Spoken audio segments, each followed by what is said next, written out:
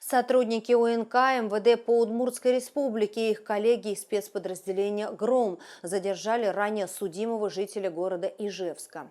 Он подозревается в незаконном производстве и попытке сбыта наркотических средств в особо крупном размере. По версии следствия, в минувшем году в одной из деревень Завьяловского района Удмуртии злоумышленник приобрел коттедж площадью около 300 квадратных метров. Там он оборудовал масштабное производство синтетических наркотиков. Оборудование, реактивы и прекурсоры наркоделец получал с помощью тайников-закладок от неизвестного, с которым периодически связывался посредством интернет-мессенджера. Готовые партии зелья также бесконтактным способом планировал передавать анонимным сообщникам за соответствующее вознаграждение. В ходе проведенных полицейскими обысков в доме задержанного были обнаружены и изъяты лабораторное оборудование, различные химические вещества, сырье для производства и наркотические средства в разной степени готовности.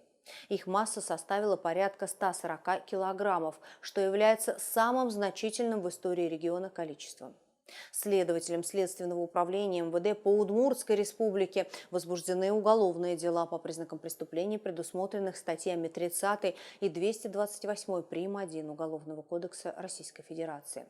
Подозреваемому избрано меры пресечения в виде заключения под стражу. Расследование продолжается.